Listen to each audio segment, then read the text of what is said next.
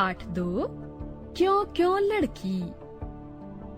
पर क्यों? छोटी सी लड़की थी, वह करीब 10 साल की।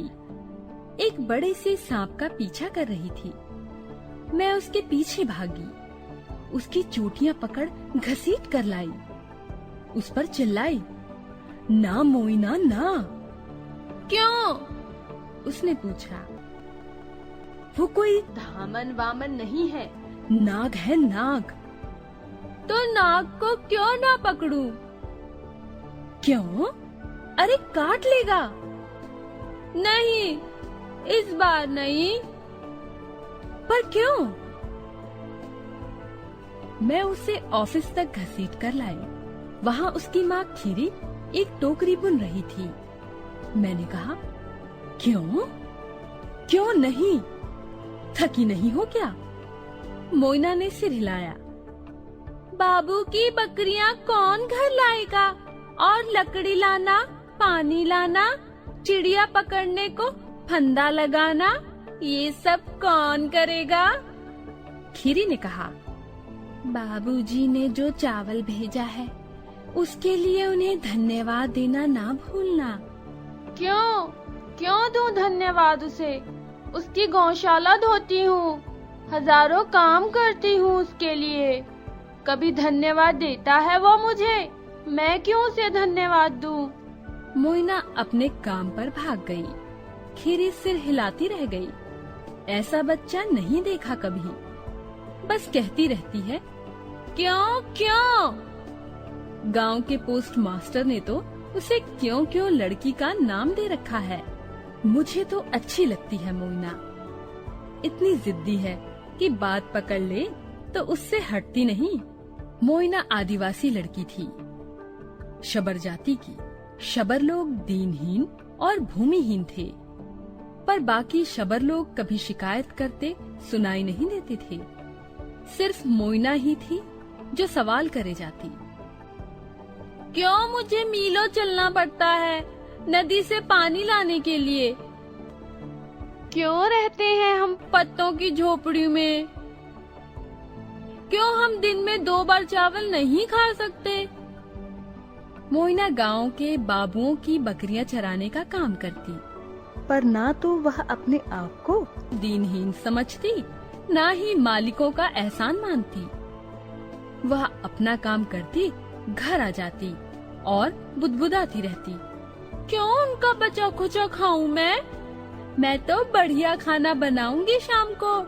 हरे पत्ते, चावल और केकड़े और मिर्ची वाला अचार, और सारे घर वालों के साथ बैठकर खाऊंगी। वैसे शबर लोग आमतौर पर अपनी लड़कियों को काम पर नहीं भेजते हैं, पर मोइना की माँ एक पैर से लंगड़ाती थी। वह ज्यादा चल फिर नहीं सकती थी।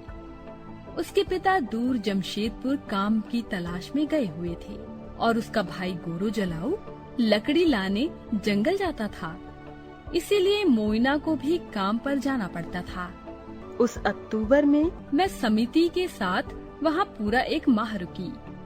एक सुबह मोइना ने घोषणा की कि वह समिति वाली झोपड़ी में मेरे साथ रहेगी। बिल्कुल नहीं, खीरी ने कहा। क्यों नहीं? इतनी बड़ी झोपड़ी है, एक बुढ़िया को कितनी जगह चाहिए? तुम्हारे काम का क्या होगा? काम के बाद आया करूंगी। और वह एक जोड़ी कपड़े और एक नेवले का बच्चा लिए आ पहुंची। ये बस जरा सा खाता है और बुरे सांपों को दूर भगाता है, उसने कहा। अच्छे वाले सांपों को मैं पकड़कर माँ को दे देती हूँ। हमारी समिति की शिक्षिका मालती बोनाल ने मुझसे कहा, आप तो तंग आ जाएंगी इसकी क्यों क्यों सुनते हुए। और वाकई वह अक्टूबर ऐसा बीता कि पूछो मत। क्यों मुझे बाबू की बकरियां चरानी पड़ती हैं? उसके लड़के खुद ही कर सकते हैं। मछलियां बोल क्यों नहीं पाती? अगर कई सारे तारे सूरज से भी बड़े हैं, तो वो इतने छोटे क्यों नजर आते हैं? और हर रात को तुम सोने से पहले किताबें क्यों पढ़ती हो? क्योंकि किताबों में तुम्हारी क्यों क्यों के जवाब मिलते हैं। इस एक बार मोइना चुप रही। उसने कमरा ठीक ठाक किया, रंगों के फूलों वाले झाड़ को पानी दिया और नेवले को मछली दी। फिर उसने कहा, मैं पढ़ना सीखूंगी और अपने सारे सवालों के जवाब ढूंढ निकालूंगी। जो जो वहाँ मुझसे सीखती वह बकरियां चराते समय दूसरे बच्चों को बताती। कई तारे तो सूरज से भी बड़े हैं। सूरज पास है इसीलिए बड़ा दिखता है। मछलियाँ हमारी तरह बातें नहीं करती। मछलियों की अपनी भाषा है जो सुनाई नहीं देती। तुम्हें पता है पृथ्वी गोल है।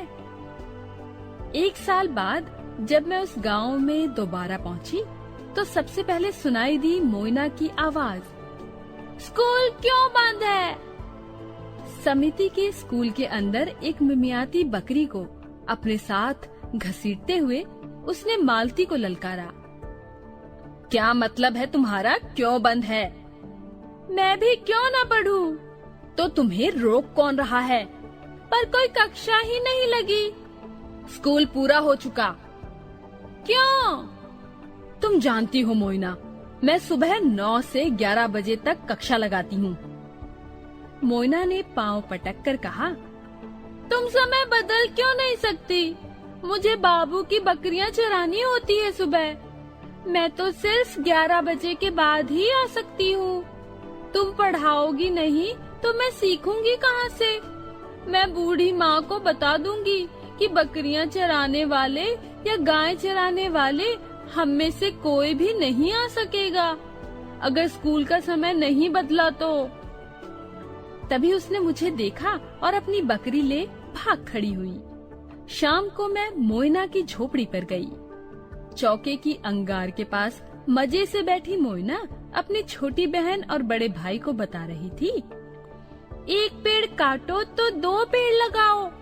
खाने से पहले हाथ धो लो। जानते हो क्यों? पेट में दर्द हो जाएगा अगर नहीं धोओगे तो। तुम कुछ नहीं जानते हो क्योंकि तुम समिति की कक्षा में नहीं जाते। तुम्हें क्या लगता है, गांव में जब प्राइमरी स्कूल खुला तो उसमें दाखिल होने वाली पहली लड़की कौन थी? मोइना। मोइना अब 18 साल की है। वह समिति के स्कूल में पढ़ाती है। अगर तुम उसके स्कूल के पास से गुजरो तो निश्चित ही तुम्हें उसकी बेचैन आवाज सुनाई देगी। आलस मत करो, सवाल करो मुझसे। पूछो, क्यों मच्छरों को खत्म करना चाहिए? क्यों ध्रुव तारा हमेशा उत्तरी आकाश में ही रहता है? और दूसरे बच्चे भी अब सीख रहे हैं पूछना। क्यों? वैसे मोइना को पता नहीं है कि मैं उसकी कहानी लिख रही हूँ। अगर उसे बताया जाए तो कहेगी, क्यों? मेरे बारे में क्यों?